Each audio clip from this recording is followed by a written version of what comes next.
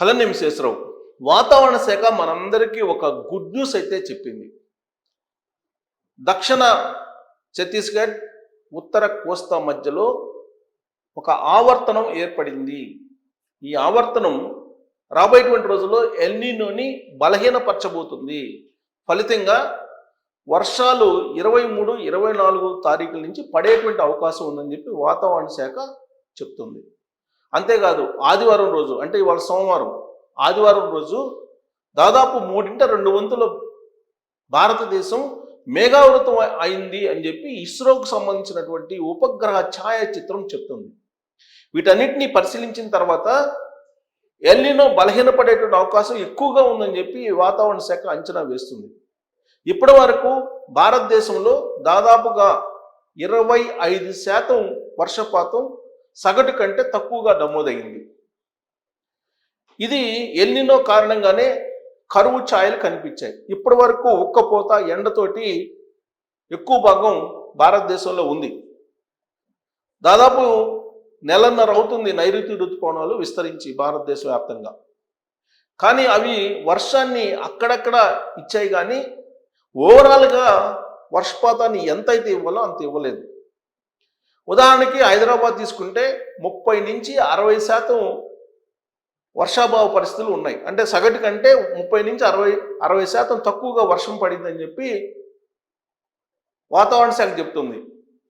అందుకే తెలంగాణ ప్రభుత్వం ప్రత్యేకమైనటువంటి ఒక కమిటీని ఏర్పాటు చేసి ఎల్ నీనో ప్రభావాన్ని ఎలా ఎదుర్కోవాలి, ప్రత్యేకించి హైదరాబాద్లో నీటి ఎద్దడిని ఏ విధంగా అధిగమించాలి అనే దాని మీద చిన్నారెడ్డి గారి ఆధ్వర్యంలో ఒక ప్రత్యేకమైనటువంటి కమిటీని ఏర్పాటు చేశారు. ఆ కమిటీ అధ్యయనం చేస్తుంది. ఆల్రెడీ సమావేశం అయ్యారు. ఆ కమిటీ అధ్యయనం చేస్తుంది ఆయా ప్రాంతాల్లో వర్షపాతం ఎంత నమోదైంది, అలాగే నదుల్లో నీటి మట్టాలు ఎంత ఉన్నాయి, మేనేజ్మెంట్ ఎలా చేయాలి, నీటిని రాబోయేటువంటి రోజుల్లో తాగునీరు లేకపోతే హైదరాబాద్ పరిస్థితి ఏంటి అనే దాని మీద అధ్యయనం చేయడానికి ఒక ప్రత్యేకమైన కమిటీని ఏర్పాటు చేశారు తెలంగాణ ప్రభుత్వం. ప్రత్యేకించి హైదరాబాద్ మీద కాన్సన్ట్రేషన్ చేశారు.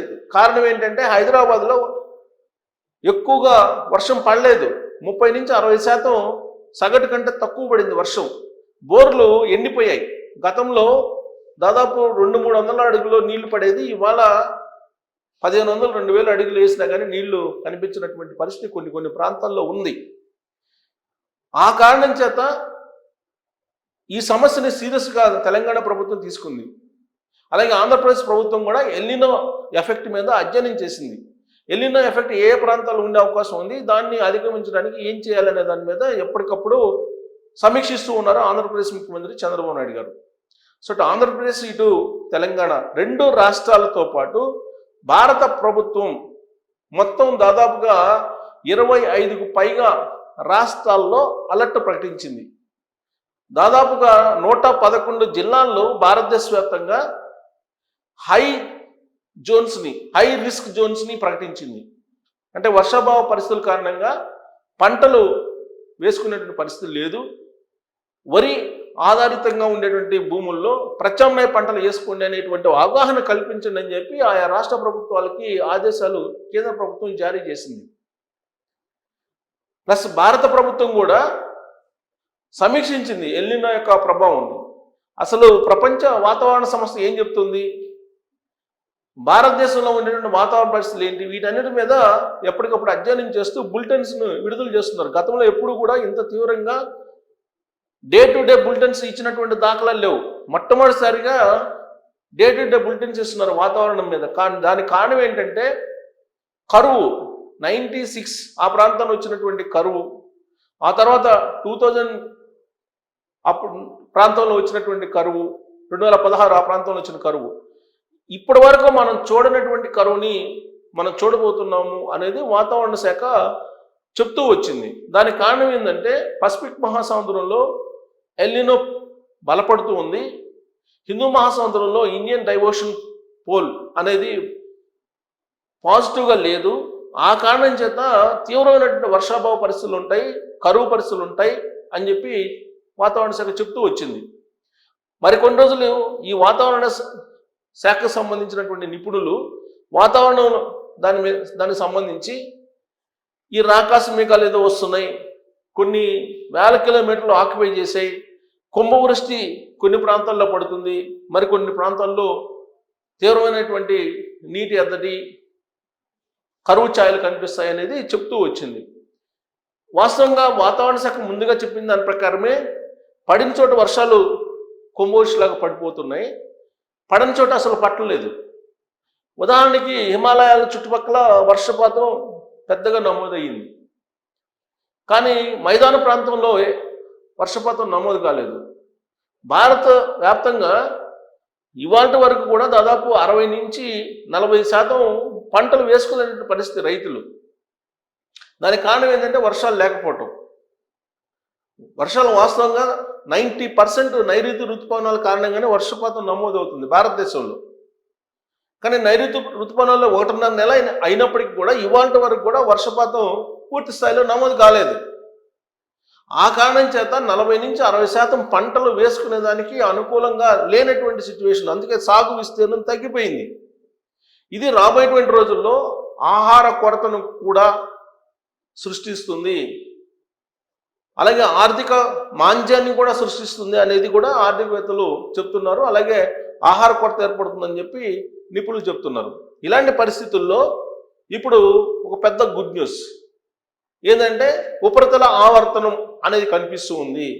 ఇది బలపడుతుంది, ఎల్నినోని బలహీనపరుస్తుంది. కాబట్టి వర్షాలు 23, 24 తారీఖులో విస్తారంగా కురిసేటువంటి అవకాశం ఉందని చెప్పి అంచనా వేస్తుంది. గత వారం బంగాళాఖాతంలో అల్పపీడనం ఏర్పడింది, వర్షాలు పడే అవకాశం ఉందని చెప్పి వాతావరణ శాఖ చెప్పింది. ఆ తర్వాత అల్పపీడనం బలహీనపడిపోయింది, సూపర్ ఎల్నినో మరింత బలపడింది, కాబట్టి వర్షాలు పడలేదని చెప్పి చెప్పింది. ఇప్పుడు మళ్ళా కొత్తగా ఉపరితల ఆవర్తనం ఛత్తీస్గఢ్, దక్షిణ ఛత్తీస్గఢ్, ఉత్తర కోస్తా మధ్యలో ఏర్పడింది.